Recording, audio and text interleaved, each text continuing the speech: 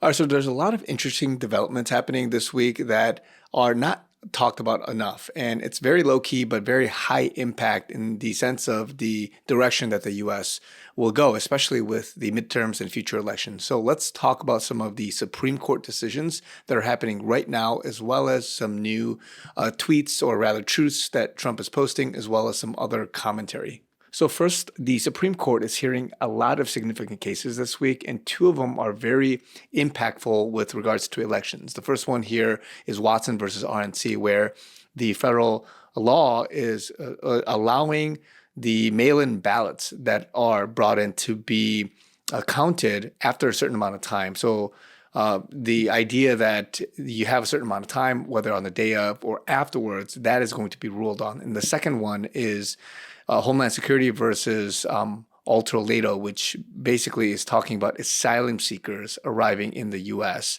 where they basically are rejected or not. And although it's only been a day, it seems like what the news is reporting, and I didn't hear the whole thing, is that people, or the Supreme Court, appears skeptical of counting mail-in ballots after they arrive. And with regards to the asylum seekers, they appear sympathetic to Trump, meaning that they're turning them away when officials deem the border too overburdened. And again, what's interesting is that Trump just tweeted this about 12 hours ago, but Democrats are desperate to keep illegals, no matter how bad or dangerous they may be. And here it's misspelled me as opposed to may, in the country, and that's capitalized. They want them to vote. That's why they are fighting so hard to neutralize ICE. We will fight them all the way and win. Now, I didn't look up the specific meaning of this misspelling, and you guys know from Q Post that misspellings matter, but that's interesting to note. Now, remember, I mentioned in a previous video that Trump is gearing up possibly for a stair-step approach to getting ICE as well as other federal agents in certain sectors leading up to the election. First at the airports,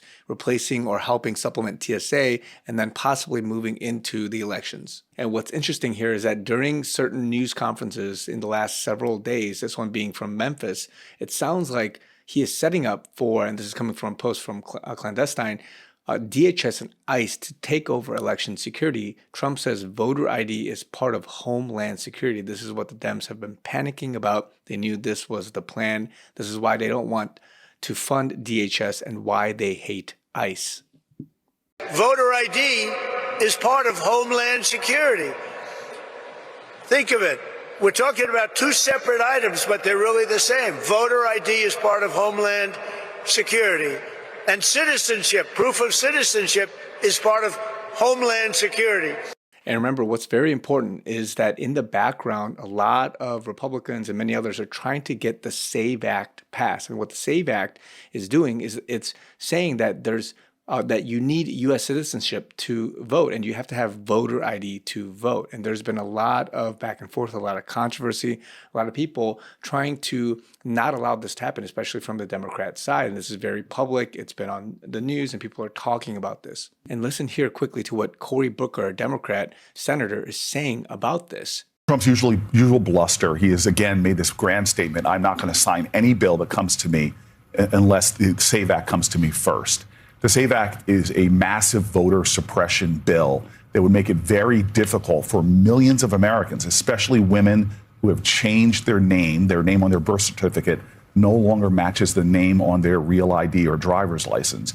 It would cause chaos to voting and really shrink the voting rolls 5 or 10%, given the effect it would have. Now, Clandestine posted this, but Booker just revealed why the Dems are so panicked about the Save America Act. He says it would, quote, shrink the voting rolls 5 to 10%. For reference, a 5% swing in votes would have flipped 6 states in 2020, and Trump would have won in a landslide. The Dems rely on fraud to survive. Now, I'm bringing all this up because with the Supreme Court cases, with what Trump is fighting for with the Save America Act, as well as all this other stuff that's going on behind the scenes in terms of allowing election, the different states and the investigations happening, as well as just shoring up and having the borders, the illegal stuff, the illegal people voting, all that stuff being shored up, being secured, and moving into the midterms, that this is going to be a big move from the perspective of who wins in this coming election cycle. And so this is why Trump has been talking a lot, especially on Truth Social and in media, about what the Dems want and what their end goal is with regards to trying to have fraud. And, and again, I'm putting quotes in this because I'm not trying to say certain things to get this video taken down, but what he is projecting, what he is saying in terms of the Dems